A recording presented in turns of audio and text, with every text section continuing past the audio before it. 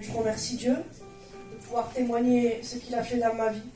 C'est une grâce et un privilège, ce qu'il a pu faire pour moi. Bien, moi, je n'ai pas grandi dans une famille chrétienne et je ne suis pas gitane. Et j'ai grandi dans un foyer où il y avait le chaos. Où, dès mon plus jeune âge, je voyais un foyer détruit, où je voyais un père frapper une mère, où je voyais un père alcoolique. Et je n'ai pas reçu l'amour qu'il fallait de mon père. Un père qui était beaucoup absent. Et je n'ai pas reçu non plus l'amour qu'il fallait de ma mère. Elle m'aimait, mais elle n'a pas su m'aimer comme il fallait. Et à l'âge de mes 11 ans, mes parents se sont séparés. Et ma mère m'a éduquée toute seule. Et comme je disais, elle n'a pas su m'apporter l'éducation qu'il fallait. Et à 11 ans, j'étais menée à moi-même. Je menais la vie comme bon me semblait. Et j'ai grandi comme cela. Et déjà, dès mon plus jeune âge, eh bien, Satan, voulait me prendre.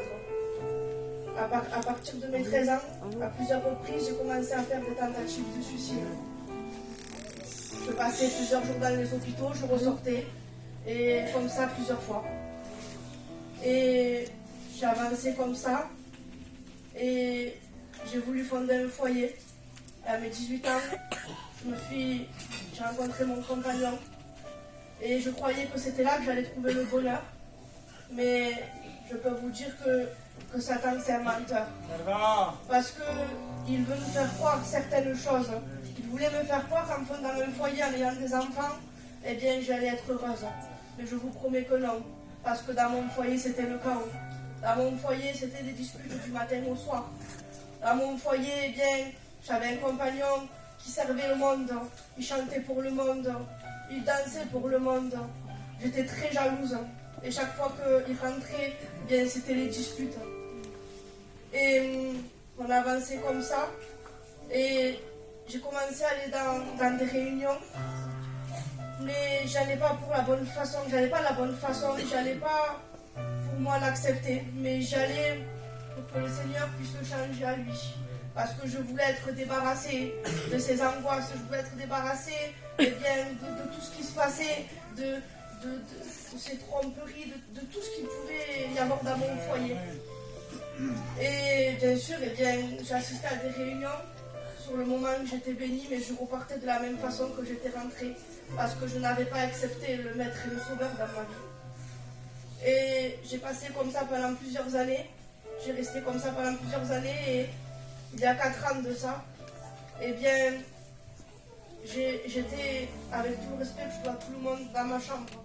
C'était 4 heures du matin. Mon compagnon venait de partir travailler. Et là, d'un coup, chez moi, j'entendais pas. Mais je croyais que c'était mon compagnon qui avait oublié quelque chose et qui était revenu chercher. Mais en fait, non. La vérité, c'est que Satan, il était là, dans ma maison. Il me pressait. Et réellement, là, j'ai crié de tout mon cœur à Dieu. J'ai plus regardé à mon mari, j'ai plus regardé aux problèmes qu'il y avait, mais j'ai regardé à moi. J'ai crié de tout mon cœur au Seigneur. Et je vous promets qu'il ne s'est pas fait attendre. Il est venu, il a mis la paix dans ma vie. Il est venu, il m'a retiré les angoisses.